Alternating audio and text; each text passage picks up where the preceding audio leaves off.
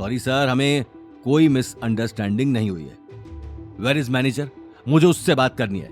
This is how you treat your customers. Guard की बात सुनकर रिया और शनाया एक दूसरे को देखने लगे।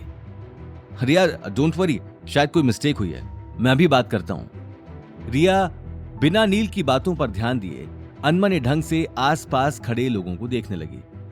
नील छोड़ो, हम लोग कहीं और चलते हैं। मैनेजर से भी बात करके टाइम वेस्ट ही होगा। नो वे, हम आज लंच करेंगे तो यहीं करेंगे।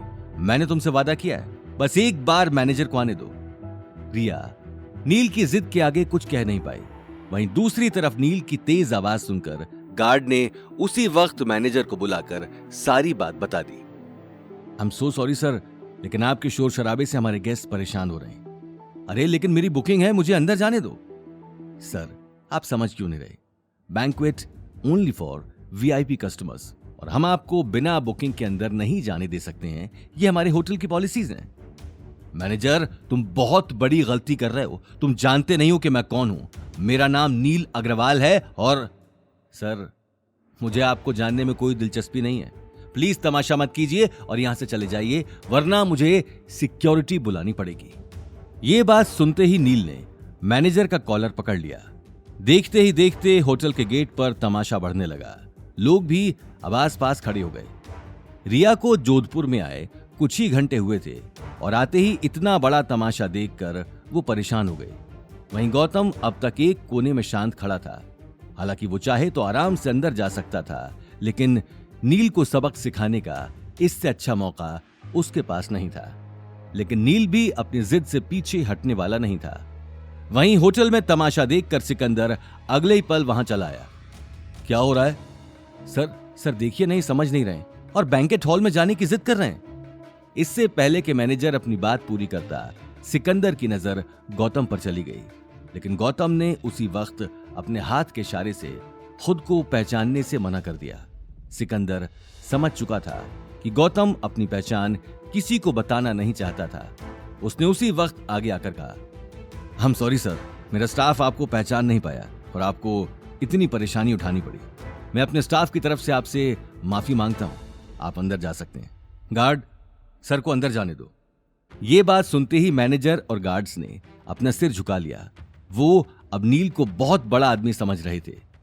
नील को अपनी आंखों पर यकीन नहीं हो रहा था। उसने अगले ही पल अकड़ में अपनी छाती चौड़ी कर ली और रिया को देखने लगा। इस बार तो मैं तुम्हें माफ कर रहा हूं, लेकिन अगली बार इस तरह की हरकत की तो मुझसे बुरा कोई नहीं होगा। Yes sir. चलो रिया। अगले ही पल नील रिया और शनाया को लेकर बैंक्वेट हॉल के अंदर चला गया। आसपास खड़े लोग भी अपनी अपनी टेबल पर जाकर बैठ गए। सभी की नजर में अब नील किसी बड़ी हस्ती से कम नहीं था, लेकिन इस बात की सच्चाई सिर्फ गौतम और सिकंदर ही जानते थे। इसलिए उन तीनों के अंदर जाते ही गौतम सिकंदर के पास आ गया। थैंक यू मिस्टर सिकंदर, और सॉरी अगर उसने। नहीं सर, कैसी बातें कर रहे हैं? आपके गेस्ट हमारे गेस्ट हैं। मैनेजर, देखना सर को कोई परेशानी ना हो। Yes sir. गौतम अगले ही पल बैंक्वेट के अंदर चला गया, जहां गौतम के कहने पर बेहतरीन टेबल पहले से ही तैयार कर दी गई थी। रिया उस सजी हुई टेबल को देखकर और आसपास लोगों की खातिरदारी को देखकर हैरान रह गई। वहीं नील और शनाया भी ये अरेंजमेंट देखकर सक पका चुके थे। वाह नील, तुमने बहुत शानदार अरेंजमेंट किया है। मैं सोच भी नहीं सकती थी कि जोधपुर में लोग तुम्हें इतना मानते हैं, तुम्हारी इतनी इज्जत करते हैं। हाँ बस ये तो बस कुछ भी नहीं है, ये तो बस एक छोटी सी झलक है। ये कहते हुए नील अपने सिर से पसीना साफ करने लगा। गौतम एकटक उसे देखकर मुस्कुरा रहा था। अब इसे क्या बताऊं कि इतनी सजावट और खातिरदारी की तो मैंने भी उम्मीद नहीं की थी। कहीं ये लोग मुझे कोई और तो नहीं समझ रहे। हे भगवान, बस कुछ घंटे और ये ड्रामा संभाल लेना, मेरी रिया के सामने इज्जत रह जाएगी। ये बात कहते हुए नील अगले ही पल हॉल के बीचों बीच रखी टेबल पर बैठ गया।